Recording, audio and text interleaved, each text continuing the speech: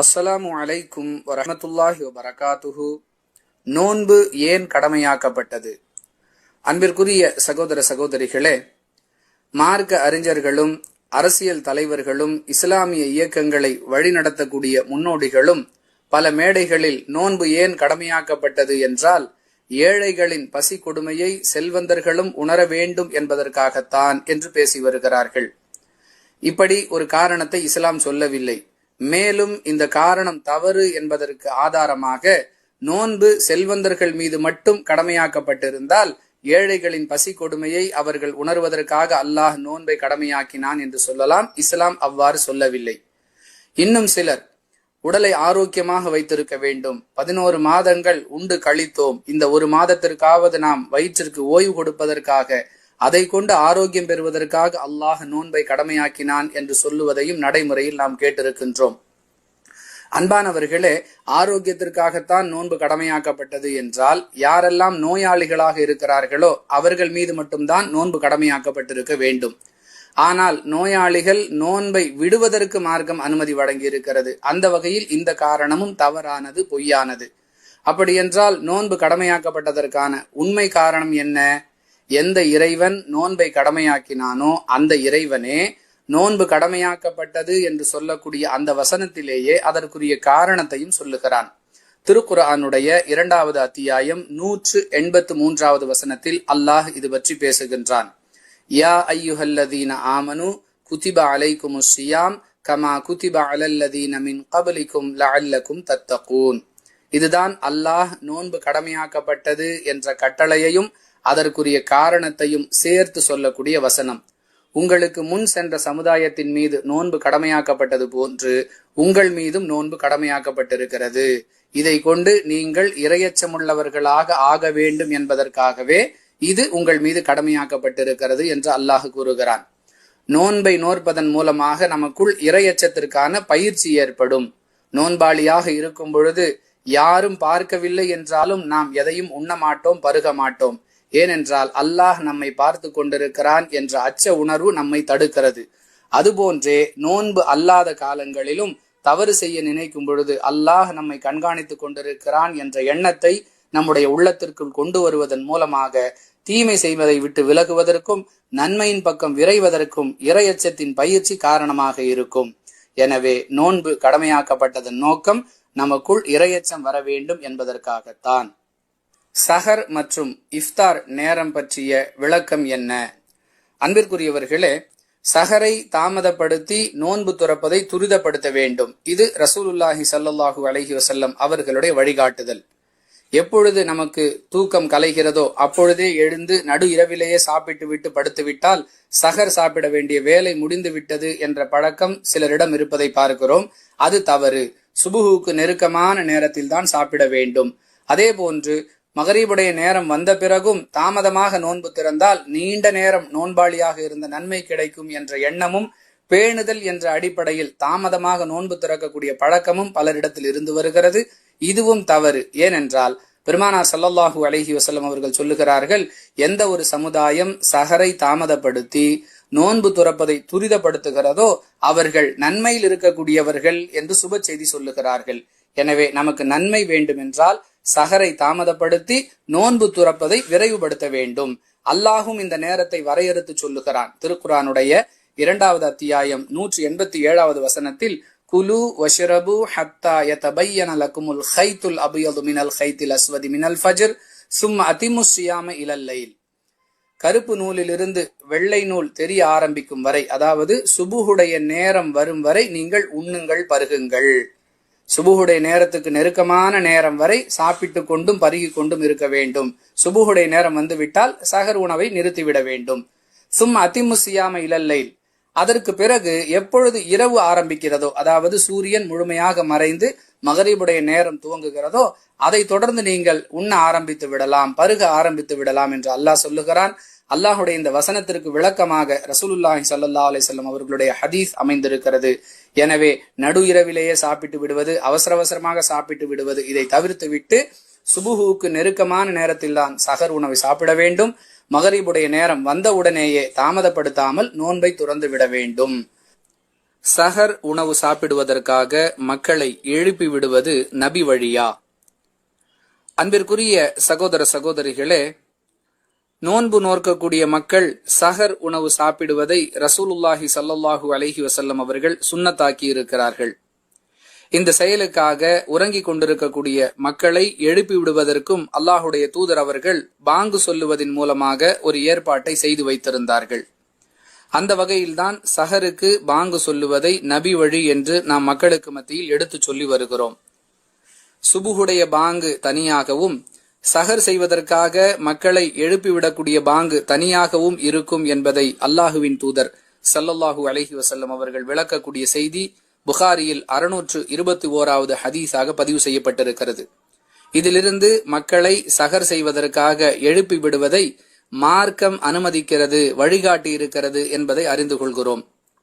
இவ்வாறு அல்லாஹுவின் தூதர் கற்றுக் கொடுத்த பாங்கு சொல்லி மக்களை சஹருக்காக எழுப்பக்கூடிய நடைமுறைக்கு மாற்றமாக பல இடங்களில் இஸ்லாமிய பாடல்களை ஒலிக்கச் செய்வது, அது அல்லாமல் வேறு விதமான முழக்கங்கள், கொட்டு ஓசைகளை எழுப்பி மக்களை சஹருக்காக எழுப்புவது என்பதெல்லாம் இஸ்லாம் சொல்லாத, இஸ்லாத்தில் இல்லாத, இஸ்லாத்திற்கு எதிரான நடைமுறைகள் என்பதை கவனத்தில் கொள்ள வேண்டும்.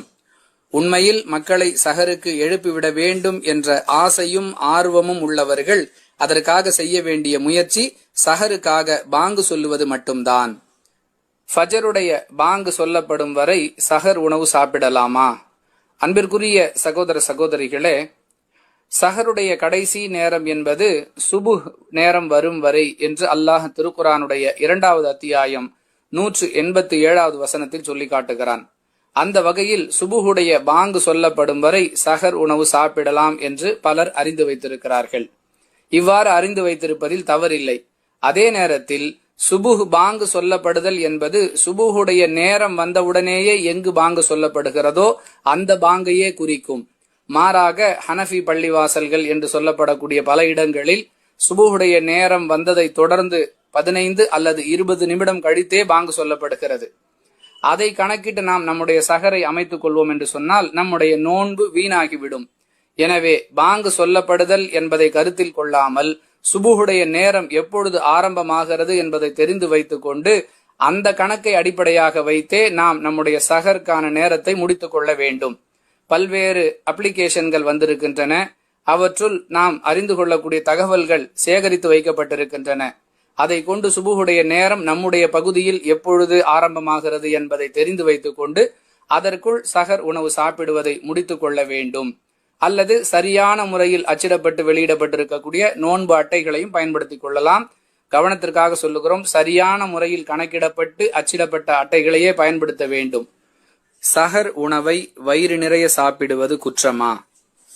அன்பிற்குரிய சகோதர சகோதரிகளே, பொதுவாக மார்க்கத்தை சரியாக கடைபிடிக்கிறோம் என்ற எண்ணத்தில் உள்ளவர்கள் அல்லது மார்க்கத்தை சரியாக கடைபிடிக்க வேண்டும் என்ற ஆசை உள்ளவர்கள் மார்க்கத்தை பல கோணங்களில் தவறாக புரிந்து கொள்ளக்கூடிய நிலைக்கு தள்ளப்படுகிறார்கள். அப்படிப்பட்டவர்களுடைய புரிதலாக பிரச்சாரமாக இருக்கக்கூடிய விஷயங்களுள் ஒன்றுதான் சஹர் உணவை குறைவாக சாப்பிட வேண்டும், அப்பொழுதுதான் நோன்பிற்குரிய முழு பலன் நமக்கு கிடைக்கும் என்று மக்களுக்கு மத்தியில் சொல்லி வருகிறார்கள். அன்பானவர்களே, இந்த கருத்துக்கு திருக்குரானிலோ அல்லது ஆதாரபூர்வமான நபி மொழிகளிலோ எந்த ஆதாரமும் இல்லை. ஒருவருக்கு எந்த அளவிற்கு உணவு தேவைப்படுகிறதோ அவர் அதை உண்டு கொள்ளலாம். இதுதான் மார்க்கத்தின் வழிகாட்டுதல். நோன்பின் நன்மை கிடைக்க வேண்டுமென்றால் குறைவாக சாப்பிட வேண்டும் என்ற ஒரு கருத்து மக்களுக்கு மத்தியில் சொல்லப்பட்டால் அதை சொல்லக்கூடியவர்கள் அதற்கு ஆதாரம் தர வேண்டும். அப்படி எந்த விதமான வழிகாட்டுதலும் மார்க்கத்தில் இல்லை. கடும் உழைப்பாளியாக இருப்பார் அல்லது தாராளமாக சாப்பிடக்கூடிய இயல்புள்ளவராக இருப்பார், அவரிடத்தில் நீங்கள் குறைவாக சாப்பிட வேண்டும் என்று சொல்லுவது அவருடைய உரிமையை பறித்து அவருடைய உணர்வை நசுக்கக்கூடிய ஒரு செயலாகத்தான் இருக்கும். எல்லாவற்றிற்கும் மேலாக மார்க்கம் ஒரு காரியத்தை தடுக்காத பொழுது அதை தடுப்பதற்கு உலகில் யாருக்கும் அனுமதி இல்லை என்பதே இதற்கான தெளிவு. எனவே சஹர் உணவாக இருந்தாலும் சரி, வேறு எந்த சந்தர்ப்பங்களில் அருந்தக்கூடிய உணவாக இருந்தாலும் சரி, தேவைக்கு உண்ண வேண்டும் என்பதே பொதுவான புரிதல். சஹர் உணவு சாப்பிடாமல் நோன்பு நோற்கலாமா? அன்பிற்குரியவர்களே, நோன்பு நோற்கக்கூடிய ஒருவர் சுபுஹுடைய நேரத்திற்கு முன்பாக உண்ணக்கூடிய உணவுக்குத்தான் சஹர் உணவு என்று சொல்லப்படும். இந்த உணவை சாப்பிடாமலேயே ஒருவர் தன்னுடைய நோன்பை தொடரலாமா என்பதுதான் இந்த கேள்வியின் சாரம்சம். அன்பானவர்களே, நோன்பு வைக்க வேண்டும் என்ற எண்ணத்தோடு படுக்கைக்கு சென்றோம், சஹர் உணவை தயாரித்து வைத்திருந்தோம், நம்மையும் அறியாமல் தூக்கம் மிகைத்து சஹர் உணவு சாப்பிடாமல் நாம் நம்முடைய நோன்பை தொடர வேண்டிய சூழ்நிலை ஏற்பட்டு விட்டது என்று சொன்னால் இது விதிவிலக்கு.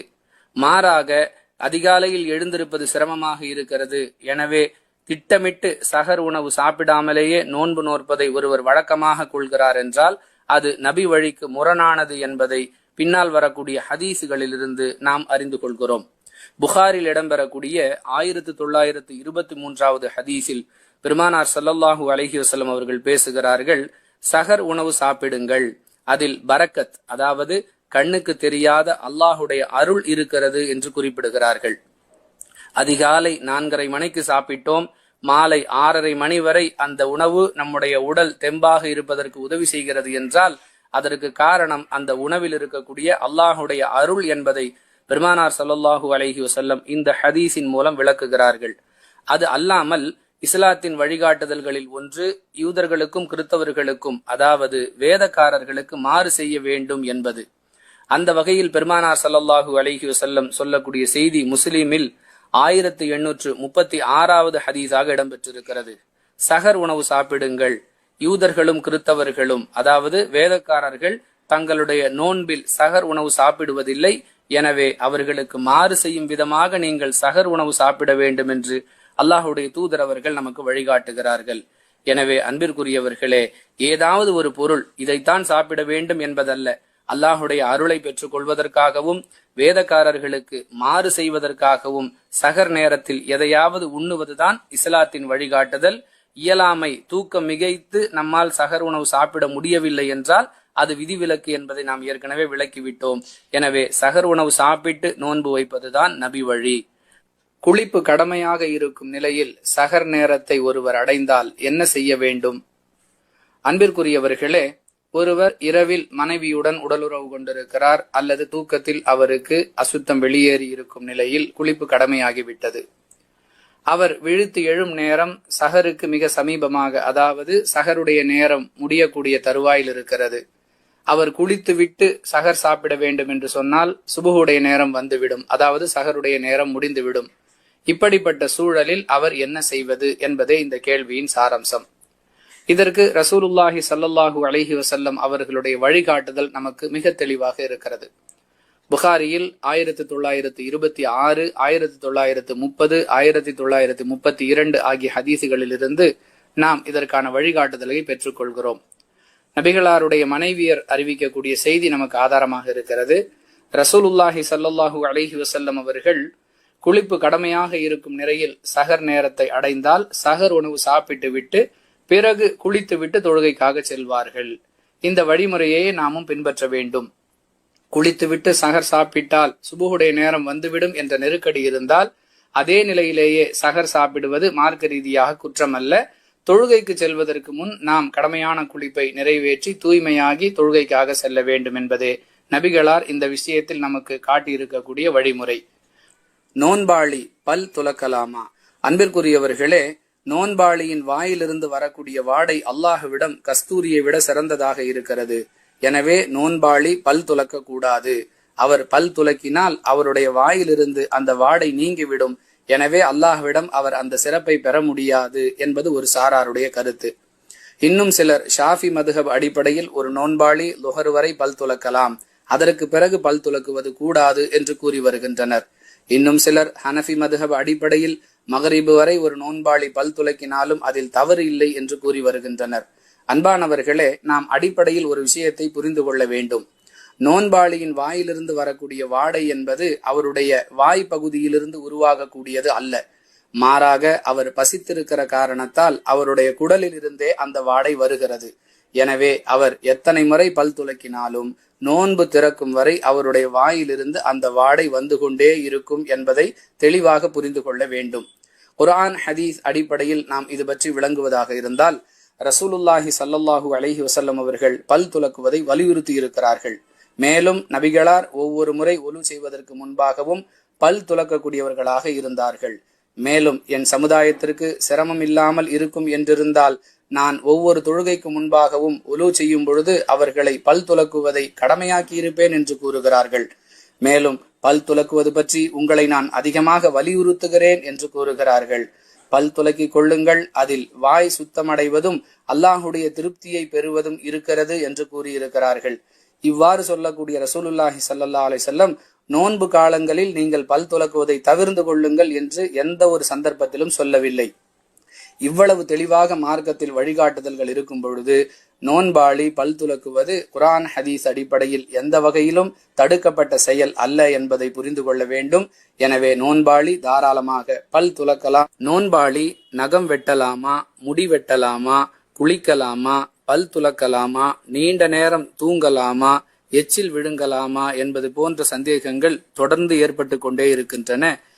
அன்பிற்குரிய சகோதர சகோதரிகளே, ஒவ்வொரு வருடம் ரமலான் மாதமும் பெரும்பாலான நோன்பாளிகளுக்கு தொடர்ந்து இந்த சந்தேகங்கள் ஏற்பட்டு கொண்டே இருக்கின்றன. ஏன் இவை சந்தேகங்களாக வருகின்றன என்று பார்க்கும் பொழுது இந்த செயல்கள் நோன்பை முறித்து விடுமோ என்ற அச்சமே அவர்களுக்கு சந்தேகத்தை ஏற்படுத்துகிறது. அன்பிற்குரியவர்களே, எவற்றால் நோன்பு முறியும் என்பதை தெரிந்து கொண்டால் அவற்றை தவிர வேறு எவையும் நோன்பை முறிக்காது என்பதை நம்மால் தெளிவாக புரிந்து கொள்ள முடியும். உண்பது, பருகுவது, உடலுறவு கொள்வது, இந்த 3 காரணங்கள் மட்டுமே நோன்பை முறிக்கும் என்று திருக்குர்ஆனில் 2வது அத்தியாயம் 187வது வசனத்தில் அல்லாஹ் தெளிவுபடுத்துகின்றான். இந்த விளக்கத்தை நாம் பெற்றுக்கொண்டால் இந்த 3 காரணங்களை தவிர வேறு எந்த காரணமும் நோன்பை முறிக்காது என்பதை தெளிவாக அறிந்து கொள்ள முடியும். எனவே நோன்பாளி பல் துலக்கலாம், நகம் வெட்டலாம், முடி வெட்டலாம், நீண்ட நேரம் உறங்கலாம், குளிக்கலாம், நறுமண பொருட்களை பயன்படுத்தலாம், தைலம் ஆகியவற்றையும் பயன்படுத்திக் கொள்ளலாம். இவை நோன்பிற்கு எந்த பாதிப்பையும் ஏற்படுத்தாது என்பதை நம்மால் விளங்கிக் கொள்ள முடியும். எனவே அர்த்தமற்ற சந்தேகங்களை தவிர்த்து நியாயமான காரணங்களை புரிந்து கொள்ள முயற்சிப்போம். நோன்பு வைத்திருக்கக்கூடிய ஒருவர் குளிப்பது தவறா? அன்பானவர்களே, நோன்பு வைத்து கொண்டு குளிப்பதால் நோன்பின் சிரமமே நமக்கு தெரியாமல் ஆகிவிடுகிறது. எனவே நோன்பாளி குளிப்பதை தவிர்த்து கொள்ள வேண்டும் என்று சிலர் பிரச்சாரம் செய்து வருகின்றனர்.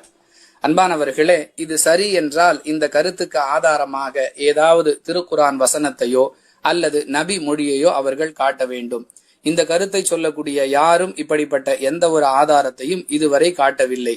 மாறாக நோன்பாளி குளிப்பது குற்றம் அல்ல என்பதற்குத்தான் நமக்கு ஹதீசுகளில் ஆதாரங்கள் கிடைக்கின்றன. அஹ்மத் என்ற ஹதீஸ் தொகுப்பில் 22,107வது செய்தியும், அபூதாவூத் என்ற ஹதீஸ் தொகுப்பில் 2018வது செய்தியும் இதற்கு சிறந்த ஆதாரங்களாக விளங்குகின்றன. ரசூலுல்லாஹி ஸல்லல்லாஹு அலைஹி வஸல்லம் அவர்கள் நோன்பாளியாக இருக்கும் நிலையில் வெப்பத்தின் காரணமாக தனது தலையில் தண்ணீரை அள்ளி ஊற்றிக் கொள்வார்கள் என்பதை இந்த 2 ஹதீசுகளில் இருந்தும் நாம் அறிந்து கொள்கிறோம். எனவே ஒருவர் நோன்பாளியாக இருக்கும் நிலையில் குளிப்பது மார்க்க ரீதியாக எந்த வகையிலும் குற்றமல்ல. அவ்வாறு அவர் குளித்தால் அதனால் அவருடைய நோன்புக்கு எந்த பாதிப்பும் ஏற்படாது என்பதை இந்த ஹதீசுகள் நமக்கு தெளிவாக உணர்த்துகின்றன. எனவே நோன்பாளி தாராளமாக குளிக்கலாம் என்பதே இதற்கான தெளிவு. நோன்பாளி பயணம் செய்யலாமா? பயணம் செய்வதால் அவருடைய நோன்புக்கு பாதிப்பு ஏற்படுமா? அதுபோன்ற நேரங்களில் அவர் நோன்பை விடுவது சரியா? ரசூலுல்லாஹி ஸல்லல்லாஹு அலைஹி வஸல்லம் அவர்கள் மூலமாக அல்லாஹ் ஒவ்வொரு பிரச்சனைக்கும் நமக்கு மிக தெளிவான வழிகாட்டுதலை வழங்கி இருக்கிறான். மேலும் குர்ஆனிலும் இது பற்றிய தெளிவான வழிகாட்டுதல் சொல்லப்பட்டிருக்கிறது. திருக்குர்ஆனுடைய 2வது அத்தியாயம் 184 மற்றும் 185வது வசனங்களில் பயணி நோன்பை விட்டுவிட்டு பிறகு நோற்றுக் கொள்ளலாம் என்ற அனுமதி வழங்கப்பட்டிருக்கிறது. நோன்பாளியாக இருக்கும் நிலையில் பயணம் செய்வது அவருக்கு சிரமமாக இருக்கும் என்றிருந்தால் அவர் நோன்புகளை விட்டுவிட்டு எத்தனை நோன்புகள் விடுபடுகின்றனவோ அதை கணக்கிட்டு பிறகு நோற்க வேண்டும். இது குர்ஆன் சொல்லக்கூடிய வழிகாட்டுதல். இந்த கருத்திற்கு விளக்கமாக ரசூலுல்லாஹி ஸல்லல்லாஹு அலைஹி வஸல்லம் அவர்களுடைய வழிகாட்டுதலும் நமக்கு அமைந்திருக்கிறது. முஸ்லிம் என்ற ஹதீஸ் தொகுப்பில் 2058வது செய்தி நமக்கு இதை விளக்குகிறது. ஹம்சா பின் அம்ர் ரலியல்லாஹு அன்ஹு என்ற நபி தோழர் பெருமானார் ஸல்லல்லாஹு அலைஹி வஸல்லம் அவர்களிடம், யா ரசூலல்லாஹ், நான் பயணம் மேற்கொள்ளக்கூடிய சூழ்நிலையில் நோன்பு நோற்கலாமா என்று கேட்கிறார். அதற்கு பெருமானார் ஸல்லல்லாஹு அலைஹி வஸல்லம் அவர்கள், நீ விரும்பினால் நோற்றுக்கொள், விரும்பினால் விட்டுவிடு என்று சொல்லுகிறார்கள். அதாவது நோன்பு வைத்துக் கொண்டு உன்னால் பயணம் செய்ய முடியும் என்ற சூழ்நிலை இருந்தால் நீ தாராளமாக நோன்பு நோற்கலாம். நோன்பாளியாக இருக்கும் நிலையில் பயணம் செய்ய முடியாது என்றிருந்தால் நோன்பை விட்டுவிட்டு பிறகு அதை நோற்றுக்கொள் என்று வழிகாட்டுகிறார்கள். எனவே இந்த ஹதீஸை அடிப்படையாக வைத்து நம்முடைய பயணம் நமக்கு சிரமமானதாக இல்லை என்றிருந்தால் நோன்பாளியாகவே பயணத்தை தொடரலாம். நோன்பு வைத்துக் கொண்டு பயணம் செய்வது சிரமம் என்று இருக்குமேயானால் நோன்புகளை விட்டுவிட்டு பிறகு நோற்க வேண்டும் என்பது இதற்கான தெளிவு. நோன்பாளி ஊசி போட்டுக் கொள்ளலாமா மற்றும் கண்களுக்கு மருந்து போட்டுக் கொள்ளலாமா? அன்பிற்குரிய சகோதர சகோதரிகளே, நோன்பாளிக்கு போடப்படும் ஊசி அவருடைய உடல் நல குறைவு காரணமாக போடப்படுகிறதா அல்லது சத்து மற்றும் தடுப்பூசி வகையை சார்ந்த ஊசியாக போடப்படுகிறதா என்பதை முதலில் தெரிந்து கொள்ள வேண்டும். உடல் நல குறைவு காரணமாக அவருக்கு ஊசி போடப்படுகிறது என்று சொன்னால் அவர் நோயாளி என்ற தரத்திற்கு வந்து விடுகிறார். நோயாளியை பொறுத்தவரை தற்காலிகமாக நோன்பை விட்டுவிட்டு பிறகு நோற்று கலா செய்ய வேண்டும் என்பதை அல்லாஹ் திருக்குர்ஆனின் 2வது அத்தியாயம் 184 மற்றும் 185வது வசனங்களிலே விளக்குகிறான். எனவே அவர் நோன்பை விட்டு விடலாம். 2வது வகை தடுப்பூசியாக அல்லது சத்து ஊசியாக அவருக்கு போடப்படுகிறது என்று சொன்னால் அதை தவிர்க்க வேண்டும். நோன்பு துறந்த பிறகு அல்லது நோன்பு காலம் முடிந்த பிறகு அவற்றை போட்டுக் கொள்ளலாம். கண்களுக்கு மருந்து போடுவது சம்பந்தமாக நாம் விளங்க வேண்டும் என்று சொன்னால் காது, மூக்கு, கண்கள் இவற்றின் வழியாக போடப்படும் மருந்து நேரடியாக தொண்டை குழியை வந்து சேர்ந்துவிடும். அதாவது பருகுதல் என்ற நிலைக்கு நம்மை அழைத்து சென்று விடும். இது நோன்பை முறித்துவிடும். எனவே நோன்பாளியாக இருக்கக்கூடியவர் காது, மூக்கு, கண்களுக்கு மருந்து போடுவதை தவிர்த்து நோன்பு துறந்த பிறகே அவற்றை பயன்படுத்திக் கொள்ள வேண்டும். இல்லை என்றால் நோன்பு முறிந்துவிடும். நோன்பாளி இரத்த தானம் செய்யலாமா? அன்பிற்குரிய சகோதர சகோதரிகளே, ஒருவர் மருத்துவமனையில் சிகிச்சைக்காக அனுமதிக்கப்பட்டிருக்கிறார். அவருக்கு அவசரமாக இரத்தம் தேவைப்படுகிறது. இந்த சூழலில் அவருக்காக ஒரு நோன்பாளி இரத்த தானம் செய்ய வேண்டிய நிலை ஏற்பட்டால் அவர் எப்படி நடந்து கொள்ள வேண்டும் என்பதை மார்க்க ரீதியாக அறிந்து கொள்வோம். தாரகுத்துனி என்ற ஹதீஸ் தொகுப்பில் பாகம் 2 பக்கம் 182 இதில் இடம்பெறக்கூடிய செய்தியை வைத்து நோன்பாளி தாராளமாக இரத்த தானம் செய்யலாம் என்பதை நம்மால் அறிந்து கொள்ள முடியும். ரசூலுல்லாஹி ஸல்லல்லாஹு அலைஹி வஸல்லம் அவர்கள் ஆரம்பத்தில் நோன்பாளி இரத்த தானம் செய்வதை தடுத்தார்கள், பிறகு அனுமதித்தார்கள் என்பதே அந்த ஹதீஸிலிருந்து நாம் பெற்றுக்கொள்ளக்கூடிய பாடம். எனவே நோன்பாளியாக இருக்கக்கூடிய ஒருவர் இரத்த தானம் செய்வதற்கு மார்க்க ரீதியாக எந்த தடையும் இல்லை. அவரால் முடியாது என்றால் வேண்டுமானால் தவிர்த்து கொள்ளலாமே தவிர மார்க்கம் அவரை தடுக்கவில்லை. இதுவே இதற்கான தெளிவு. நோன்பை முறிக்கும் செயல்கள் யாவை? நோன்பாளி நகம் வெட்டலாமா? நோன்பாளி முடி வெட்டலாமா? நோன்பாளி பல் துலக்கலாமா? நோன்பாளி எச்சில் விழுங்கலாமா? நோன்பாளி நறுமண பொருட்களை பயன்படுத்தலாமா? இப்படி ஏராளமான கேள்விகள். இன்னும் சிலர் நோன்பாளி தலைக்கு எண்ணெய் தேய்ப்பது கூட கூடாது என்ற நம்பிக்கையிலெல்லாம் இருந்து வருகிறார்கள். இந்த சந்தேகங்களுக்கெல்லாம் தீர்வு கிடைக்க வேண்டும் என்று சொன்னால் குர்ஆனிலும் ஹதீஸிலும் எந்தெந்த காரியங்களால் நோன்பு முறியும் என்று சொல்லப்பட்டிருக்கிறதோ அதை நாம் தெளிவாக தெரிந்து கொள்ள வேண்டும். அந்த அடிப்படையில் உண்ணுவது, பருகுவது, உடலுறவு கொள்வது இந்த 3 காரியங்களை தவிர வேறு எந்த செயலும் நோன்பை முறிக்காது என்பதுதான் குர்ஆன் ஹதீஸ் வாயிலாக நமக்கு சொல்லப்பட்ட விளக்கம். எனவே இதை தவிர்த்து ஒருவர் எதை செய்தாலும் அவருடைய நோன்பு முறியாது. வாந்தி அல்லது இரத்தம் வந்தால் நோன்பு முறிந்து விடுமா? அன்பானவர்களே, ஒருவர் நோன்பாளியாக இருக்கும் நிலையில் அவர் வாந்தி எடுத்து விட்டால் அல்லது அவருக்கு ஏதேனும் காயம் ஏற்பட்டு அதிலிருந்து இரத்தம் வழிய ஆரம்பித்து விட்டால் அவருடைய நோன்பு முறிந்துவிடும் என்ற நம்பிக்கை இஸ்லாமிய சமூக மக்களிடையே பரவி இருப்பதை நாம் அறிவோம். குர்ஆன் ஹதீஸ் அடிப்படையில் இந்த நம்பிக்கை உண்மையானதா என்று பார்க்கும் பொழுது நோன்பை முறிப்பதற்கான காரணங்கள் என்று அல்லாஹும் அவனுடைய தூதரும் எந்த 3 அம்சங்களை சொன்னார்களோ அவற்றை தவிர வேறு எந்த காரணங்களாலும் நோன்பு முறியாது. அதாவது உண்ணுதல், பருகுதல், குடும்ப வாழ்க்கையில் ஈடுபடுதல் இந்த 3 காரியங்களை தவிர வேறு எதை கொண்டும் நோன்பு முறியாது. அந்த வகையில் ஒருவர் வாந்தி எடுத்தாலோ அல்லது அவருடைய உடலின் ஏதாவது ஒரு பகுதியிலிருந்து இரத்தம் வந்து விட்டாலோ அதனால் அவருடைய நோன்புக்கு எந்த பாதிப்பும் இல்லை. அதே நேரத்தில் முற்றிலுமாக வயிற்றில் உள்ள உணவுகள் அனைத்தும் வாந்தியாக வந்து அவருடைய நிலை தடுமாறக்கூடிய சூழலுக்கு ஆளானால், அதாவது பலமிழந்தவராக மயங்கி விழக்கூடிய அளவிற்கு அவருடைய உடல்நிலை பாதிப்பிற்குள்ளாகுமேயானால் அந்த நிலைமையை சமாளிக்க அவர் நோன்பை விட்டுவிட்டால் அவர் நோயாளி என்ற தரத்திற்குள் வந்து விடுவார். அதனால் அவர் மீது எந்த குற்றமும் ஏற்படாது. அதே போன்று ஏதேனும் பெரும் காயம் ஏற்பட்டு தொடர்ச்சியாக இரத்தம் அவருடைய உடலிலிருந்து வெளியேறி கொண்டே இருக்கக்கூடிய ஆபத்தான நிலை ஏற்படுமேயானால் அவருக்கு தேவைப்படும் மருத்துவ சிகிச்சைகளுக்காக அவர் நோன்பை விட வேண்டிய சூழ்நிலைக்கு தள்ளப்பட்டாலும் அதற்காக அவர் அல்லாஹ்விடத்தில் வேண்டுமென்றே நோன்பை முறித்து விட்டார் என்ற குற்றத்திற்கு ஆளாக மாட்டார். தெளிவாக விளங்குவதாக இருந்தால் வாந்தியோ இரத்தமோ வெளியேறினால் நோன்பு முறியாது. அது ஆபத்தான நிலைக்கு கொண்டு போய் விட்டுவிடுமேயானால் நாம நோன்பை விட்டுவிட்டு வைத்தியம் மேற்கொள்ளலாம் என்பதே மார்க்கம் நமக்கு சொல்லக்கூடிய வழிகாட்டுதல். நோன்பை விடுவதற்கு யாருக்கெல்லாம் அனுமதி உண்டு? நோன்பை விடுவதற்கு யாருக்கெல்லாம் அனுமதி வழங்கப்பட்டிருக்கிறது என்று பார்க்கும் பொழுது அந்த அனுமதி 2 வகையாக பிரித்து வழங்கப்பட்டிருக்கிறது. முதலாவது தற்காலிகமாக நோன்பை விடுவதற்கான அனுமதி. இந்த வகையில் நோன்பை விடக்கூடியவர்கள் பிறகு அதை கணக்கிட்டு நோற்க வேண்டும். இரண்டாவது வகையினர் அவர்கள் நிரந்தரமாக நோன்பை விடுவதற்கு அனுமதி. அவர்கள் விடுபட்ட நோன்புகளை நோற்க தேவையில்லை, நோற்கவும் அவர்களால் முடியாது. தற்காலிகமாக நோன்பை விடுவதற்கு அனுமதிக்கப்பட்டவர்கள் யார் யார் என்று குர்ஆன் ஹதீஸ் அடிப்படையில் நாம் பார்க்கும் பொழுது, பயணத்தில் இருக்கக்கூடியவர்கள், பாலூட்டக்கூடிய தாய்மார்கள், கர்ப்பிணிகள், தற்காலிக நோயாளிகள், இவர்களுக்கு நோன்பை விடுவதற்கு அனுமதி வழங்கப்பட்டிருக்கிறது, கட்டளையிடப்படவில்லை. நோன்பு வைத்துக்கொண்டு பயணம் செய்ய முடியும் என்றால், நோன்பு வைத்துக்கொண்டு பாலூட்ட முடியும் என்றால், கர்ப்பிணியாக இருக்கும் நிலையில் நோன்பு வைக்க முடியும் என்றால், நோன்பு வைத்துக்கொண்டு நோய்க்கு வைத்தியமும் செய்து கொள்ள முடியும் என்றால் அவர்கள் நோன்பு வைக்கலாம். முடியாது என்றால் விட்டுவிடலாம். இவர்களுக்கு அனுமதி வழங்கப்பட்டிருக்கிறது. நோன்பை விட்டுத்தான் ஆக வேண்டும் என்று கட்டளையிடப்படவில்லை. இந்த காரணங்களால் நோன்பை விடக்கூடியவர்கள் விடுபட்ட நோன்புகளை கணக்கிட்டு பிறகு நோற்று விட வேண்டும். அதே போன்று மாதவிடாய் பெண்களுக்கு நோன்பை விடுவதற்கு கட்டளையிடப்பட்டிருக்கிறது. முதல் சாராருக்கு நாம் சொன்னோம் அல்லவா, விரும்பினால் நோற்கலாம் என்று. அந்த வகையில் இவர்கள் சேர மாட்டார்கள், நோன்பு முறிந்துவிடும்.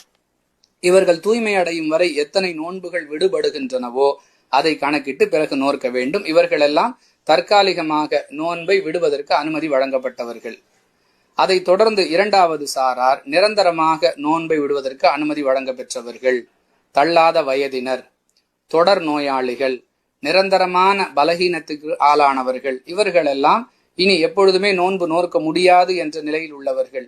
இவர்கள் நிரந்தரமாக நோன்பை விடுவதற்கும் பிறகு கலா செய்ய தேவையில்லை என்ற வகையிலும் அனுமதி வழங்கப்பட்டவர்கள்.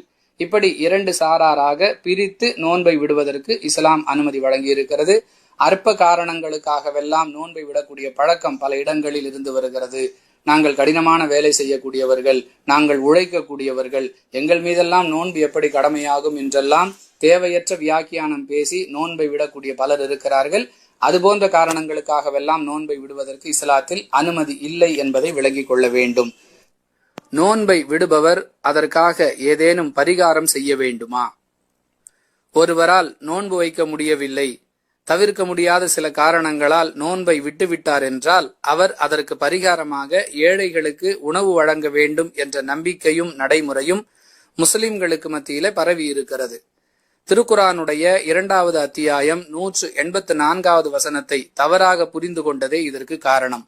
அவ்வசனத்தில் அல்லாஹ் பேசும் பொழுது, பயணம் அல்லது நோயின் காரணமாக ஒருவர் நோன்பை விட்டுவிட்டால் அந்த நோன்பை நோற்பதற்கு சக்தி இருந்தும் அதற்கு பகரமாக ஏழைகளுக்கு உணவு வழங்க வேண்டும் என்பதையே வஅலல்லதீன யுதீகூனஹு ஃபித்யத்துன் தஆமு மிஸ்கீன் என்ற வாசகத்தின் மூலம் விளக்குகிறான். ஒருவர் நோன்பை விட்டுவிட்டார், அதை மீண்டும் கலா செய்வதற்கு அவருக்கு சக்தி இருக்கிறது, ஆனாலும் அவர் விரும்பினால் ஏழைகளுக்கு உணவு கொடுக்கலாம் என்பது அல்லாஹ் சொன்ன முதல் சட்டம். அடுத்த வசனத்திலேயே, அதாவது 2வது அத்தியாயம் 185வது வசனத்திலேயே, ஃபமன் ஷஹித மின்குமு ஷஹர ஃபல்யசும் வமன் கான மரீதன் அவ் அலா சஃபரின் ஃபஇத்தத்தும் மின் ஐயாமின் உஹர், யார் அம்மாதத்தை அடைகிறாரோ அவர் நோன்புதான் நோற்க வேண்டும். ஒருவேளை நோற்க முடியாவிட்டால் அதை பிறகு அவர் கணக்கிட்டு நோற்க வேண்டும் என்று கட்டளையிடுகிறான். இதிலிருந்து உணவு வழங்க வேண்டும் என்ற அந்த சட்டம் மாற்றப்பட்டு விட்டது என்பதை மிக தெளிவாக புரிந்து கொள்ள முடியும். அன்பானவர்களே, தற்காலிக காரணங்களுக்காக ஒருவர் நோன்பை விட்டுவிட்டால் அதற்கு பகரமாக அவர் விடுபட்ட நோன்புகளை வைக்க வேண்டும். அடுத்து, நிரந்தரமாகவே ஒருவரால் நோன்பு நோக்க முடியாத சூழல் ஏற்பட்டு விட்டது, முதுமையின் காரணமாக அல்லது நிரந்தர நோயாளியாக ஆகிவிட்டார் என்பதற்காக, இது போன்ற இயலாமையால் அறவே அவரால் இனி நோன்பே நோற்க முடியாது என்ற ஒரு சூழல் ஏற்படுமேயானால் அதற்கு பகரமாக ஒவ்வொரு வருடமும் ஏழைகளுக்கு உணவு வழங்கக்கூடிய பழக்கமும் பலரிடம் இருப்பதை பார்க்கிறோம். அன்பிற்குரியவர்களே, ஒருவரை நோன்பு நோக்க முடியாத நிலைக்கு அல்லாஹ்வே தள்ளி விட்டு அதே அல்லாஹ் அவரை பரிகாரமும் செய்ய வேண்டும் என்று சொல்லுகிறான் என்றால் அல்லாஹ் அநியாயக்காரன் என்று அர்த்தம் வந்துவிடும். தவறுக்குத்தான் பரிகாரம் செய்ய வேண்டும். முதுமையின் காரணமாக நிரந்தர நோயாளியாக ஆகிவிட்டதன் காரணமாக ஒருவரால் நோன்பு நோக்க முடியவில்லை என்றால் அது எப்படி தவறு ஆகும்? அல்லாஹ் அவரை அந்த நிலைக்கு தள்ளிவிட்டான். அதற்குரிய நன்மையை அல்லாஹ் வழங்கி விடுவான். இப்படித்தான் புரிந்து கொள்ள வேண்டுமே தவிர, இயலாமையின் காரணமாக ஒருவர் ஒரு செயலை செய்ய முடியவில்லை என்றால் அதற்கு பரிகாரம் செய்தே ஆக வேண்டும், இதைத்தான் இஸ்லாம் சொல்லுகிறது என்று நாம் புரிந்து வைத்திருந்தால் அல்லது மக்களிடத்தில் எடுத்து சொன்னால், இஸ்லாத்தை மனிதநேய மார்க்கம் என்று புரிய வேண்டிய முஸ்லிம் அல்லாத மக்கள் கொடூரமான மார்க்கமாக புரிந்து கொள்ளக்கூடிய நிலைக்கு தள்ளப்பட்டு விடுவார்கள். அல்லாஹுவையும் அநியாயக்காரனாக சித்தரிக்க வேண்டிய நிலை ஏற்பட்டுவிடும். எனவே இதுபோன்று நோன்புக்கு பரிகாரம் செய்யக்கூடிய எந்த ஒரு அமலையும் இஸ்லாம் சொல்லவில்லை என்பதே இதற்கான தெளிவு. நோன்பாளி உணவை ருசி பார்க்கலாமா? நோன்பு வைத்திருக்கக்கூடிய ஒரு பெண் தன் வீட்டில் இருக்கக்கூடிய நோன்பு வைக்காத முதியவர்களுக்கு, சிறுவர்களுக்கு, சிறுமியர்களுக்கெல்லாம் உணவு தயாரிக்க வேண்டிய சூழல் ஏற்படுகிறது. அப்படிப்பட்ட வேளையில் அந்த உணவுடைய உப்பு, காரம் போன்ற சுவைகள் சரியாக இருக்கின்றனவா என்பதை அறிந்து கொள்வதற்காக சமையல் பணியில் ஈடுபடக்கூடியவர்கள் உணவை ருசி பார்க்க வேண்டிய கட்டாயம் ஏற்படுகிறது. அன்பிற்குரியவர்களே, எதையாவது உண்டால் அல்லது பருகினால்தான் நோன்பு முறியுமே தவிர உணவை ருசி பார்ப்பதால் நோன்புக்கு எந்த பாதிப்பும் ஏற்படாது என்பதை நாம் குர்ஆன் ஹதீஸ் ஒளியில் அறிந்து வைத்திருக்கிறோம். எனவே நோன்பாளியாக இருக்கக்கூடிய ஒருவர் நோன்பாளி அல்லாதவர்களுக்காக சமைக்கும் பொழுது அந்த உணவை ருசி பார்ப்பது நோன்புக்கு எந்த பாதிப்பையும் ஏற்படுத்தாது. தாராளமாக ருசி பார்க்கலாம் என்பதே மார்க்க விளக்கம். நோன்பு துறப்பதால் மகரிபு தொழுகை தாமதப்படுத்தப்படுகிறதே, இது சரியா? அன்பிற்குரிய சகோதர சகோதரிகளே, மகரிபுடைய நேரம் வந்துவிட்டால் எக்காரணத்தை கொண்டும் நோன்பு துறப்பதை தாமதப்படுத்தக் கூடாது என்பதை ஏற்கனவே ஒரு கேள்விக்கு பதிலளிக்கும் பொழுது நாம் விளக்கி இருக்கிறோம். அதைத் தொடர்ந்து நோன்பு துறப்பதால் மகரிபு தொழுகைக்கான நேரம் சற்று தாமதப்படுத்தப்படுகிறதே, வழக்கமான நேரத்தில் தொழாமல் சிறிது நேரம் தாமதப்படுத்தி தொழுகிறோமே, இது சரியா என்பதுதான் பலருடைய சந்தேகம். அன்பிற்குரியவர்களே, ஒவ்வொரு தொழுகைக்கும் ஆரம்ப நேரம், முடிவு நேரம் என்பதை ரசூலுல்லாஹி ஸல்லல்லாஹு அலைஹி வஸல்லம் அவர்கள் நமக்கு சொல்லி தந்திருக்கிறார்கள். அந்த நேரத்திற்குள் அந்த தொழுகையை தொழுது முடித்துவிட வேண்டும். அதிலும் குறிப்பாக ஆரம்ப நேரத்தில் தொழுவதே சிறந்தது என்பதற்கான வழிகாட்டுதல்களும் மார்க்கத்தில் சொல்லப்பட்டிருக்கின்றன. அதை எப்படி அல்லாஹ்வுடைய தூதர் விளக்குகிறார்கள் என்றால், காரணமில்லாமல் தொழுகையை தாமதப்படுத்தக்கூடாது என்ற வகையில் அதை விளக்குகிறார்கள். அந்த அடிப்படையில் நோன்பு துறந்து முடித்த பிறகுதானே மகரிப் தொழுகிறோம், இது தாமதமாகிறதே, இதுதான் பலருடைய சந்தேகம். அன்பானவர்களே, அந்த நேரத்திற்குள் தொழுதுவிட்டால் நாம் குற்றம் செய்தவர்களாக ஆக மாட்டோம். எல்லாவற்றிற்கும் மேலாக பசியை அடக்கி கொண்டு தொழக்கூடாது என்பது இஸ்லாமிய வழிகாட்டுதல். அதுவும் பகல் முழுக்க நாம் பசித்திருக்கிறோம். அந்த நோன்பை நிறைவு செய்யக்கூடிய அமலை பொறுத்தவரை தாமதப்படுத்தக்கூடாது. நேரம் வந்தவுடன் நீங்கள் நோன்பு துறந்து விட வேண்டும், அதுதான் நீங்கள் நன்மையில் இருக்கிறீர்கள் என்பதற்கான அடையாளம் என்று அல்லாஹுவின் தூதர் ஸல்லல்லாஹு அலைஹி வஸல்லம் அவர்கள் சொல்லி இருக்கிறார்கள். எனவே நோன்பு துறந்தவுடன் வேறு எந்த தாமதத்தையும் முன்வைக்காமல் தொழுகையை நிறைவேற்ற வேண்டும் என்பதுதான் சரியான புரிதல். தொழுகையை தாமதப்படுத்த கூடாது என்பதற்காக அவசரமாக தண்ணீரையோ அல்லது பேரிச்சம்பழத்தையோ சாப்பிட்டு விட்டு பசியை அடக்கி கொண்டு மகரிப் தொழுகையை தொட வேண்டும் என்ற கருத்து தவறானது. அப்படி கொடூரமாக மனிதர்களிடம் நடந்து கொள்ளக்கூடிய முறையை அல்லாஹுவோ அவனுடைய தூதரோ கற்றுத்தரவில்லை. எனவே நோன்பு துறந்து முடித்துவிட்டு மகரிப் தொழுகையை உடனே நிறைவேற்ற வேண்டும் என்பதே இஸ்லாமிய புரிதல். பொய் பேசுவதால் நோன்புக்கு பாதிப்பு ஏற்படுமா? அன்பிற்குரியவர்களே, பொதுவாக மனிதனிடம் இருக்கக்கூடாத அருவருக்கத்தக்க வெறுப்பிற்குரிய ஒரு நிலைதான் பொய் பேசுதல். ஒவ்வொருவரும் தம்மிடம் இந்த நிலை வராமல் பாதுகாத்து கொள்வது மிக மிக அவசியம். அப்படி இருக்க அல்லாஹுவுக்காக பகல் முழுவதும் பசித்திருக்கக்கூடிய நோன்பு என்கிற வணக்கத்தை யார் மேற்கொண்டிருக்கிறாரோ அவர் பொய் பேசுவதால் நிச்சயமாக அவருடைய நோன்புக்கு பாதிப்பு ஏற்படுகிறது என்று ரசூலுல்லாஹி ஸல்லல்லாஹு அலைஹி வஸல்லம் அவர்கள் குறிப்பிடுகிறார்கள்.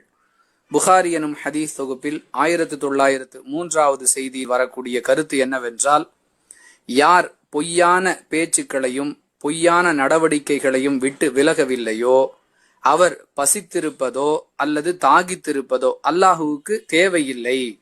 அதாவது நோன்பாளி பொய் பேசுவதால் அல்லாஹுவிடமிருந்து அவருடைய நோன்புக்கு கிடைக்கக்கூடிய மதிப்பு கூலி கிடைக்காது என்பதே இதன் பொருள்.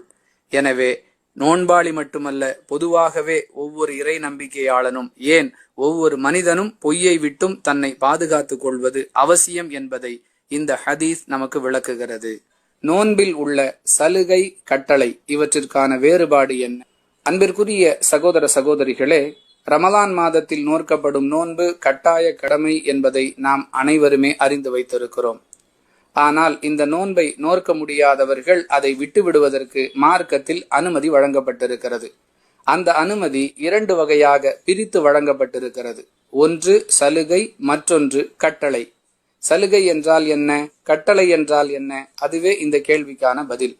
அன்பிற்குரியவர்களே, பயணம் மேற்கொள்ளக்கூடியவர், தற்காலிகமாக நோய்வாய்ப்படக்கூடியவர், கர்ப்பிணி பெண்கள், பாலூட்டும் தாய்மார்கள், இவர்கள் விரும்பினால் நோன்பை நோற்றுக் கொள்ளலாம், விரும்பினால் நோன்பை விட்டு விடலாம். இதற்கான வாய்ப்பு அவர்கள் வசமே ஒப்படைக்கப்பட்டிருக்கிறது. இதற்கு பெயர் சலுகை. அதே நேரத்தில் மாதவிடாய் பெண்களை பொறுத்தவரை நோன்பை கண்டிப்பாக விட்டுவிட வேண்டும். இது கட்டளை. நான் நோன்பு நோற்கப் போகிறேன் என்று அவர்கள் முடிவெடுக்க முடியாது. என்னால் முடியும் என்றெல்லாம் சொல்ல முடியாது. அந்த நேரத்தில் அவர்கள் நோன்பு நோற்பதற்கு மார்க்கம் தடை விதித்திருக்கிறது. இது கட்டளை. விரும்பினால் நோற்கலாம் என்று சொல்லக்கூடிய முதல் சாராரின் நிலைக்கு வழங்கப்பட்டிருப்பது சலுகை. இந்த நேரத்தில் குறிப்பாக ஒரு விஷயத்தை நாம் பதிவு செய்தே ஆக வேண்டும். ரமலான் மாதத்தின் நோன்புகள் முழுமையாக கிடைக்க வேண்டும் என்பதற்காக மாதவிடாயை தள்ளி போடுவதற்கு சில மருந்து மாத்திரைகளை சில சகோதரிகள் பயன்படுத்துவது பரவலாக இருக்கிறது. அன்பானவர்களே, இஸ்லாத்தின் பார்வையில் இது மிக தவறான ஒரு செயல். ஏனென்றால் குறிப்பிட்ட மாதத்தை அடைந்தால் நோன்பு நோற்க வேண்டும் என்பது எப்படி அல்லாஹுவின் கட்டளையாக இருக்கிறதோ, அதே போன்று குறிப்பிட்ட காலங்களில் நோன்பை விட்டுவிட வேண்டும் என்பதும் அல்லாஹுவின் கட்டளை. நோன்பு நோற்பது எப்படி உங்களுக்கு நன்மைக்குரிய செயலோ, அதே போன்றே மாதவிடாய் காலங்களில் நோன்பை விட்டுவிட வேண்டும் என்ற இறை கட்டளைக்கு கட்டுப்படுவதும் நன்மைக்குரிய செயல். அல்லாஹுவின் ஏற்பாட்டிற்கு மாற்றம் செய்து நன்மையை இழந்துவிட வேண்டாம். இதை கவனத்தில் கொள்ளுங்கள். இதுதான் சலுகைக்கும் கட்டளைக்குமான வேறுபாடு. இறுதியாக சொல்லப்பட்டது கவனத்தில் கொள்ள வேண்டிய மிக மிக முக்கியமான ஒரு செயல். தராவீஹ் என்ற பெயரில் ஒரு தொழுகை உண்டா? அன்பிற்குரிய சகோதர சகோதரிகளே, இஸ்லாத்தை பொறுத்தவரை கடமையான தொழுகைகள், உபரியான தொழுகைகள் என்று நமக்கு வழிகாட்டுதல் வழங்கப்பட்டிருக்கின்றன. அவற்றுள் கடமையான தொழுகைகள் எவை எவை, அவற்றிற்குரிய பெயர்கள் என்னென்ன, அவற்றை தொழ வேண்டிய அளவுகள், அதை தொழுவதற்கான நேரம் ஆகியவை விரிவாகவும் தெளிவாகவும் விளக்கப்பட்டிருக்கின்றன. அதே போன்று சுன்னத்தான தொழுகைகளை பற்றி கூறக்கூடிய இஸ்லாமிய மார்க்கம் அதன் பெயர், அதற்கான நேரம், அதன் அளவு ஆகியவற்றை தெளிவுபடுத்தி இருக்கிறது. இந்த வரிசையில் தராவீஹ் என்ற ஒரு தொழுகையின் பெயரோ அளவோ நேரமோ திருக்குரானுடைய எந்த ஒரு வசனத்திலோ அல்லது ஆதாரபூர்வமான எந்த ஒரு நபி மொழியிலோ குறிப்பிடப்படவே இல்லை. அப்படி இருக்க இவர்கள் ஏன் இதை நடைமுறைப்படுத்துகிறார்கள் என்ற கேள்வி வருகிறது. அன்பானவர்களே, அதற்கான விளக்கத்தையும் பதிலையும் அவர்கள்தான் சொல்ல வேண்டும். இன்னும் தெளிவாக சொல்வதாக இருந்தால், தராவீஹ் என்ற வார்த்தையில் ஒரு வணக்க வழிபாட்டை அல்லாஹுவோ அவனுடைய தூதரோ சொல்லுவதற்கே வாய்ப்பில்லை என்பதற்கு அந்த பெயரே ஆதாரமாக இருக்கிறது. தராவீஹ் என்பது தர்வீஹத்தன் என்ற வார்த்தையிலிருந்து வந்த சொல். அதாவது ராஹத், ரிலாக்ஸ்ட், ஓய்வெடுத்தல், இளைப்பாறுதல் என்கிற கருத்தை தரக்கூடிய வார்த்தையாகவே அது அமைந்திருக்கிறது. வணக்க வழிபாடு என்பது ஒரு செயல். அதை ஓய்வெடுத்தல் என்ற பெயரால் அடையாளப்படுத்தினால் அறிவுக்கு பொருத்தமில்லாததாக ஆகிவிடும். அல்லாஹ் அறிவுபூர்வமான மார்க்கமாக இஸ்லாத்தை நமக்கு வழங்கி இருக்கிறான். அதற்குரிய அறிவின் வழிகாட்டியாக ரசூலுல்லாஹி ஸல்லல்லாஹு அலைஹி வஸல்லம் அவர்களையும் வழங்கி இருக்கிறான். இப்படிப்பட்ட ஒரு மார்க்கத்தில் இருந்து கொண்டு அறிவுக்கு பொருந்தாத, பெயரோடு சம்பந்தமில்லாத, குர்ஆனிலோ ஹதீஸிலோ வழிகாட்டப்படாத ஒரு செயலை மார்க்கம் என்ற அடிப்படையில் செய்வது சரியான நடைமுறை அல்ல என்பதே இதற்கான தெளிவு. ரமலான் மாதத்தின் இரவு தொழுகையில் திருக்குர்ஆனை முழுமையாக ஓதி முடிக்க வேண்டும் என்பது நபி வழியா? அன்பிற்குரியவர்களே, ரமலான் மாதத்தின் முதல் இரவில் தொடங்கி 27வது இரவிற்குள்ளாக இரவு தொழுகையில் திருக்குர்ஆனை முழுமையாக ஓதி முடிக்க வேண்டும் என்ற நடைமுறை பெரும்பாலான இஸ்லாமிய பகுதிகளில் பள்ளிவாசல்களில் நடைமுறைப்படுத்தப்பட்டு வருகின்றன. இதற்காக வெளியூர்களிலிருந்து திருக்குரானை முழுமையாக மனனம் செய்த ஹாஃபில்களை வரவழைத்து அவர்களுக்கென்று ஒரு தொகையை நிர்ணயம் செய்து திருக்குரானை இரவு தொழுகையில் முழுமையாக ஓதி முடிப்பதற்கான ஏற்பாட்டை செய்வதை நாம் பார்க்கிறோம். அன்பானவர்களே, இதற்கும் இஸ்லாத்திற்கும் எந்த சம்பந்தமும் இல்லை என்பதே இதற்கான தெளிவு. ஏன் இப்படி சொல்லுகிறோம் என்றால், இந்த செயலை இவர்கள் சுன்னத் நபி வழி என்று கூறி வருகிறார்கள். ஆனால் ரசூலுல்லாஹி ஸல்லல்லாஹு அலைஹி வஸல்லம் அவர்கள் இவ்வாறு செய்யவில்லை. பெருமானார் ஸல்லல்லாஹு அலைஹி வஸல்லம் அவர்களுடைய வாழ்நாளின் கடைசி வருட ரமலானிற்கு பிறகும் திருக்குரானுடைய வசனங்கள் அருளப்பட்டு கொண்டிருந்தன என்பதை ஹதீசுகளில் பார்க்கிறோம். அப்படி இருக்க முழு குர்ஆனை நபிகளார் தன் வாழ்நாளின் இறுதி வருட ரமலானில் கூட ஓதி இருக்க முடியாது என்பதை அறிந்து கொள்கிறோம். அப்படி இருக்க நபிகளார் செய்யாத ஒன்று எப்படி சுன்னத் என்ற வார்த்தையால் அடையாளப்படுத்தப்படுகிறது என்பது நம்முடைய கேள்வி. அன்பானவர்களே, திருக்குரானை தொழுகையில் ஓத வேண்டும் என்று கட்டளையிடக்கூடிய அல்லாஹ் உங்களால் இயன்றதை ஓதுங்கள் என்றுதான் சொல்லுகிறானே தவிர முழு குர்ஆனை ஓதி முடிக்க வேண்டும் என்றோ அதற்கென்று பிரத்யேகமான ஏற்பாட்டை செய்து அவர் ஓதுவதை கேட்டு நாம் தொழுகையை நிறைவேற்ற வேண்டும் என்றோ அல்லாஹுவோ அவனுடைய தூதரோ சொல்லவில்லை. இன்னும் ஒருபடி மேலே சென்று சொல்லுவதாக இருந்தால், ஓதி முடித்து விட வேண்டும் என்பதற்காக ரமலானில் தொழ வைக்கக்கூடியவர்கள் அவசர அவசரமாக மிக வேகமாக அதிவேகமாக ஓதக்கூடிய ஒரு நிலையை எல்லாம் பார்க்கிறோம். பின்னால் நின்று தொழக்கூடியவர்களுக்கு இமாம் என்ன ஓதுகிறார் என்பதை விளங்க முடியாத அளவிற்கெல்லாம் அதிவேகமாக ஓதக்கூடிய நிலையை எல்லாம் பெரும்பாலான இடங்களில் பார்க்கிறோம். இது மார்க்கத்திற்கு சம்பந்தம் இல்லாத ஒன்று என்பதற்கு இதுவெல்லாம் ஆதாரம். எதை செய்யும்படி மார்க்கம் வழிகாட்டி இருக்கிறதோ அது நன்மையானதாக இருக்கும், எல்லோருக்கும் பயன் தரக்கூடியதாக இருக்கும், எல்லோரும் அதை கொண்டு நேர் வழி பெறுவதற்கும் நடைமுறைப்படுத்துவதற்கும் ஏற்றதாக இருக்கும். இவ்வாறு எந்த அம்சமும் இல்லாத ஒரு செயலை இஸ்லாத்தோடு சம்பந்தப்படுத்துவது சரியான நடைமுறை அல்ல. எனவே இதை சுன்னத் என்று சொல்லுவது தவறு. விரும்பினால் நிறுத்தி நிதானமாக முழு குர்ஆனையும் ஓதி இரவு தொழுகையை தொழுவதற்கு வாய்ப்பு இருக்கிறது. அதை மக்களும் ஏற்றுக்கொள்கிறார்கள், ஓதுபவரும் நிதானமாக ஓதுகிறார் என்ற சூழல் இருக்குமேயானால் ஓதுவது குற்றம் அல்ல. ஆனால் அதை மார்க்கம் சுன்னத் என்று அடையாளப்படுத்துவது தவறு என்பதே இந்த பதிவின் நோக்கம். நோன்பு வைத்துக் கொண்டு தொழுகையை நிறைவேற்றாதவருக்கு நோன்பின் நன்மை கிடைக்காது என்று சொல்கிறார்களே, இது சரியா? அன்பிற்குரிய சகோதர சகோதரிகளே, ஒருவர் நோன்பு வைத்துக் கொண்டு கடமையான தொழுகைகளை நிறைவேற்றாமல் இருந்தால் அவருக்கு நோன்பின் நன்மை கிடைக்காது என்பதை நீண்ட காலமாக முஸ்லிம் மக்கள் கூறி வருகிறார்கள். குர்ஆன் ஹதீஸ் அடிப்படையில் இது சரியா என்று பார்க்கும் பொழுது இப்படிப்பட்ட ஒரு விஷயத்தை அல்லாஹுவோ அவனுடைய தூதரோ சொல்லவில்லை. மாறாக இதற்குரிய தெளிவு என்ன என்று தேடும் பொழுது, ஒருவர் நோன்பு வைத்திருக்கிறார் என்றால் அவருக்கு நோன்பிற்குரிய நன்மை அல்லாஹ்விடத்தில் பதிவு செய்யப்படும். ஒருவர் தொழுகையை விட்டுவிடுகிறார் என்றால் அதற்குரிய குற்றம் அல்லாஹ்விடத்தில் பதிவு செய்யப்படும். மறுமை நாளில் நன்மை தீமைகள் எடை போடப்படும் பொழுது அவருடைய நன்மையின் அளவு அதிகமாகி இருந்தால் அதன் அடிப்படையில் அவருக்கான தீர்ப்பும், அல்லது அவருடைய தீமையின் அளவு அதிகமாக இருந்தால் அதை அடிப்படையாக கொண்டு அவருக்கான தீர்ப்பும் அல்லாஹ்விடம் கிடைக்கும் என்பதே சரியான புரிதல். அதற்காக நோன்பு வைத்துக் கொண்டு தொழுகையை விடுவது சரி என்று நாம் சொல்லவில்லை. ஒரு அமலை இன்னொரு அமலோடு இணைத்து சம்பந்தமில்லாமல் மார்க்கம் சொல்லாததை நாம் சொல்லக்கூடாது என்பதே இதன் விளக்கம். எனவே மார்க்கத்தின் முதற் கடமையாக இருக்கக்கூடிய தொழுகை விஷயத்தில் யாரும் அக்கறையற்றவர்களாக இருக்கக்கூடாது என்பதை தெளிவுபடுத்துகின்றோம். 27ஆம் இரவு கொண்டாட்டம் இஸ்லாத்தில் உண்டா? அன்பிற்குரிய சகோதர சகோதரிகளே, லைலத்துல் கத்ர் இரவு என்ற மகத்தான ஒரு இரவை நாம் அடைந்து கொள்ள வேண்டும். அந்த இரவில் நின்று வணங்கி நன்மையை பெற்றுக் கொள்ள வேண்டும். ஏனென்றால் அந்த இரவில்தான் குர்ஆன் அருளப்பட்டது என்று அல்லாஹும் அவனுடைய தூதரும் நமக்கு வழிகாட்டி இருக்கிறார்கள். இந்த இரவை எப்படி தேடுவது என்ற கேள்விக்கு பதிலளிக்கும் பொழுது ரசூலுல்லாஹி ஸல்லல்லாஹு அலைஹி வஸல்லம் அவர்கள் ரமலான் மாதத்தின் கடைசி 10 நாட்களில் உள்ள ஒற்றைப்படை இரவுகளில் இதை தேடிக் கொள்ளுங்கள் என்று கூறியிருக்கிறார்கள். ஆனால் இஸ்லாமிய சமூகத்தில் பெரும்பாலான பகுதிகளில் 27வது இரவை கொண்டாட்டத்திற்குரிய இரவாக ஆக்கி பள்ளிவாசல்களில் விளக்கு அலங்காரங்களை எல்லாம் செய்து மற்ற நாட்களில் வராத மக்கள் கூட்டம் அந்த நாளில் மட்டும் நிரம்பி வழிவதை பார்க்கிறோம். ஏனென்றால் 27வது இரவில் லைலத்துல் கத்ரை தேடச் சொல்லி நபிகளார் சொல்லி இருக்கிறார்கள் என்று ஒரு ஹதீஸை காட்டுகிறார்கள். அன்பானவர்களே, 27வது இரவை பற்றி மட்டும் நபிகளார் சொல்லவில்லை, கடைசி 10 நாட்களில் உள்ள ஒற்றைப்படை இரவுகள் அனைத்தை பற்றியுமே சொல்லி இருக்கிறார்கள். 21, 23, 25, 27, 29 இப்படி அனைத்து இரவையும் குறிப்பிட்டு லைலத்துல் கத்ரை தேடச் சொல்லி இருக்கிறார்கள். 27வது இரவை மட்டும் சிறப்பித்து சொல்ல அல்லாஹுடைய தூதர் அவர்களுக்கு அல்லாஹ் கட்டளையிடவில்லை. எனவே ஒற்றைப்படை இரவுகளில் லைலத்துல் கத்ர் இரவை தேடி வணக்க வழிபாடுகளில் ஈடுபட வேண்டும் என்பதுதான் அல்லாஹுடைய தூதர் சொன்ன செய்தியே தவிர, இதை கொண்டாட்டத்திற்குரிய இரவாக ஆக்கி பெருநாள் தினத்திற்கு புத்தாடை எடுப்பது போன்று 27ஆம் இரவுக்கென்று தனியாக புத்தாடை எடுக்கக்கூடியவர்களையெல்லாம் நாம் அனுபவத்திலே கண்டு வருகிறோம்.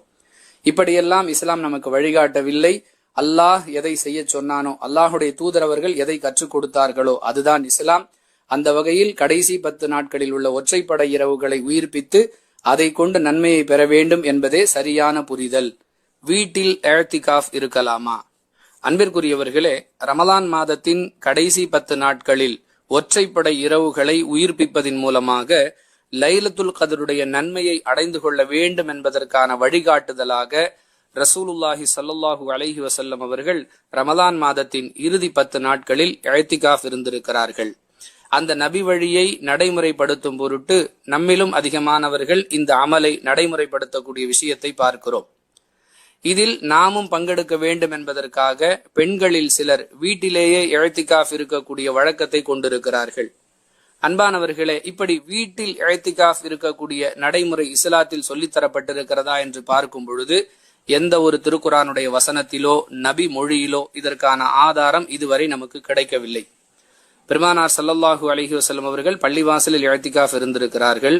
நபிகளாருடைய காலத்தில் நபி தோழியர்கள் பெண்கள் பள்ளிவாசலில் தான் இஅ்திகாஃப் இருந்திருக்கிறார்கள். காரணம் என்ன? திருக்குரானுடைய 2வது அத்தியாயம் 187வது வசனத்தில் அல்லாஹ் இது குறித்து பேசும் பொழுது வ அன்தும் ஆகிஃபூன ஃபில் மசாஜித், பள்ளிவாசலில் தங்குதல் என்ற வாசகத்தையே இந்த இஅ்திகாஃபோடு சம்பந்தப்படுத்தி பேசுகின்றான்.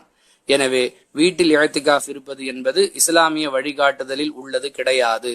இன்னும் சிலர் 10 நாள் இஅ்திகாஃப் என்பதை புறக்கணித்து 1 நாள், 2 நாட்கள், 3 நாட்கள் என்றெல்லாம் இஅ்திகாஃபை சுருக்குகிறார்கள். இவ்வாறு செய்வதற்கும் மார்க்கத்தில் எந்த ஆதாரமும் இல்லை. ஃபித்ரா என்றால் என்ன? அன்பிற்குரிய சகோதர சகோதரிகளே, ஃபித்ரா என்பது நோன்பு பெருநாள் தர்மத்தை குறிக்கும் சொல்லாகும்.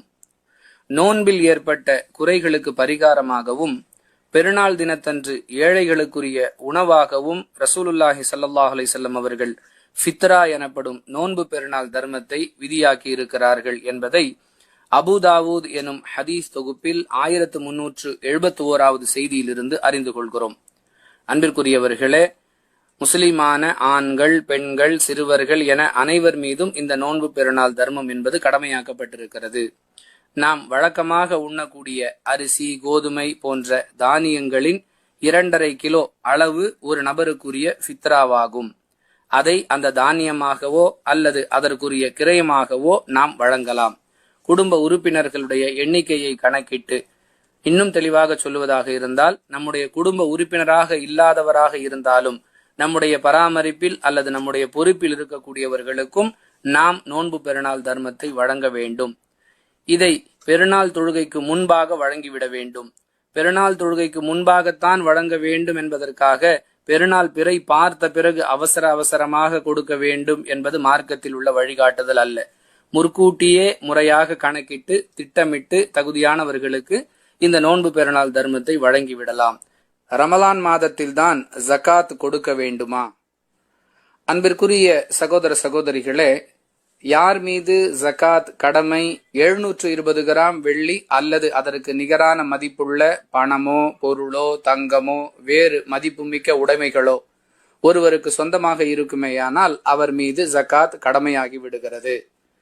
அவருடைய மொத்த உடைமைகளுக்காக அவர் தர வேண்டிய ஜகாத்தின் அளவு மிக பெரிதாக இருக்கும் நிலையில் அவர் அதை சிறிது சிறிதாக கொடுத்து கொள்வதற்கும் மார்க்கத்தில் எந்த தடையும் இல்லை. இதை தவிர ரமலான் மாதத்தில் தான் ஜகாத்தை தாமதப்படுத்தி கொடுக்க வேண்டும் என்ற கருத்துடையவர்கள் இதுவரை திருக்குரானிலிருந்தோ அல்லது ஆதாரபூர்வமான ஹதீசுகளிலிருந்தோ எந்த ஒரு சான்றையும் சமர்ப்பிக்கவில்லை. பொதுவாக ரசூலுல்லாஹி ஸல்லல்லாஹு அலைஹி வஸல்லம் அவர்கள் மற்ற காலங்களை விட ரமலானில் அதிக அளவில் தர்மம் செய்யக்கூடியவர்களாக இருந்தார்கள் என்பதை ஹதீசுகளில் பார்க்கிறோம். இதை காரணம் காட்டி ரமலான் மாதத்தில் ஜக்காத் கொடுப்பதை பலர் நியாயப்படுத்துகிறார்கள். அன்பிற்குரியவர்களே, அல்லாஹுவின் தூதர் ஸல்லல்லாஹு அலைஹி வஸல்லம் அவர்களுடைய செயலிலிருந்து இவர்களுடைய கருத்துக்கு எந்த ஆதாரமும் கிடைக்கவில்லை. வழக்கமாக செய்யக்கூடிய தர்மத்தை விட ரமலான் மாதத்தில் அல்லாஹுடைய தூதர் அவர்கள் அதிகமாக செய்வார்கள் என்பதை விளக்கும் விதமாக, வேகமாக வீசும் மழை காற்றை விட அல்லாஹுவின் தூதர் அவர்கள் அதிகமாக தர்மம் செய்வார்கள் என்ற வாசகம் ஹதீசுகளில் பயன்படுத்தப்பட்டிருக்கின்றன. ஜக்காத்தை பொறுத்தவரை அளவு நிர்ணயம் செய்யப்பட்டிருக்கிறது. மற்ற காலங்களை விட இந்த காலங்களில் அதிகமாக செய்தல் என்ற வாசகம் ஜக்காத்தை குறிப்பிடவில்லை, பொதுவான தர்மங்களையே குறிப்பிடுகிறது என்பது மிக தெளிவாக விளங்குகிறது. எனவே இந்த ஹதீஸை ஆதாரமாக வைத்துக் கொண்டு ரமலானில் மட்டும்தான் ஜக்காத் கொடுக்க வேண்டும் என்று சொல்லுவது சரியல்ல. எப்பொழுது ஒருவர் மீது ஜக்காத் கடமையாகி விடுகிறதோ அப்பொழுதே அவர் அல்லாஹுவுக்கு கடனாளி ஆகி விடுகிறார். அந்த ஜக்காத் என்கிற கடமையை உடனே நிறைவேற்ற வேண்டும். நியாயமே இல்லாமல், காரணமே இல்லாமல் தாமதப்படுத்தி அதை நிறைவேற்றாமல் மரணித்தால் அல்லாஹுவை சந்திக்கும் பொழுது அவர் குற்றவாளியாகவே நிறுத்தப்படுவார் என்பதை கவனத்தில் கொண்டு ரமலான் வரை தாமதப்படுத்தாமல் கடமையானவுடன் ஜக்காத்தை கொடுப்பதே மார்க்கத்தின் சரியான வழிகாட்டுதல். ரமலான் மாதத்தில் மொத்தம் எத்தனை நோன்புகள்? அன்பானவர்களே, ரமலான் மாதத்தில் 30 நோன்புகள் என்ற கருத்தில் எந்த ஒரு திருக்குரானுடைய வசனமோ அல்லது ஆதாரபூர்வமான நபி மொழியோ இல்லை. அப்படியென்றால் ரமலான் மாதத்தில் மொத்தம் எத்தனை நோன்புகள்? இந்த கேள்வி தொடர்ந்து கொண்டே இருக்கிறது. இஸ்லாத்தை பொறுத்தவரை மாதத்திற்கு 29 நாட்கள். 29வது நாள் பிறை தென்படாவிட்டால் அந்த மாதத்தை 30 நாட்களாக நிறைவு செய்ய வேண்டும் என்றுதான் நபிகள் நாயகம் ஸல்லல்லாஹு அலைஹி வஸல்லம் வழிகாட்டி இருக்கிறார்களே தவிர 30 நாட்கள் ஒவ்வொரு மாதத்திற்கும் கண்டிப்பாக வரும் என்று சொல்லவில்லை. எனவே அந்த மாதம் 29 நாட்களோடு நிறைவு பெற்றுவிடும் என்று சொன்னால் 29 நோன்புகள் தான் கிடைக்கும். 30 நாட்களாக ஆகும் என்று சொன்னால் 30 நோன்புகளை நோக்க வேண்டும். சில நேரங்களில் 29வது நாளிலேயே பிறை தென்பட்டு விட்டது என்று சொன்னால் பலருக்கு வருத்தம், இந்த வருடம் 30 நோன்பு கிடைக்காமல் போய்விட்டதே, அது ஏதோ மிகப்பெரிய ஒரு பாதிப்பு தங்களுக்கு ஏற்பட்டதை போன்று அங்கலாய்க்கக்கூடிய நிலையை பார்க்கிறோம். இஸ்லாமிய கீதங்களிலும் இஸ்லாமிய உரைகளிலும் ரமலான் மாதம் 30 நோன்பு என்ற வாசகமே தொடர்ந்து பயன்படுத்தப்பட்டு கொண்டிருக்கிறது. இது இஸ்லாம் சொல்லி தந்த எண்ணிக்கை அல்ல. மாதத்தில் 29 நாட்களும் இருக்கும், 30 நாட்களும் இருக்கும் என்பதுதான் ரசூலுல்லாஹி ஸல்லல்லாஹு அலைஹி வஸல்லம் அவர்கள் காட்டி தந்த வழிமுறை.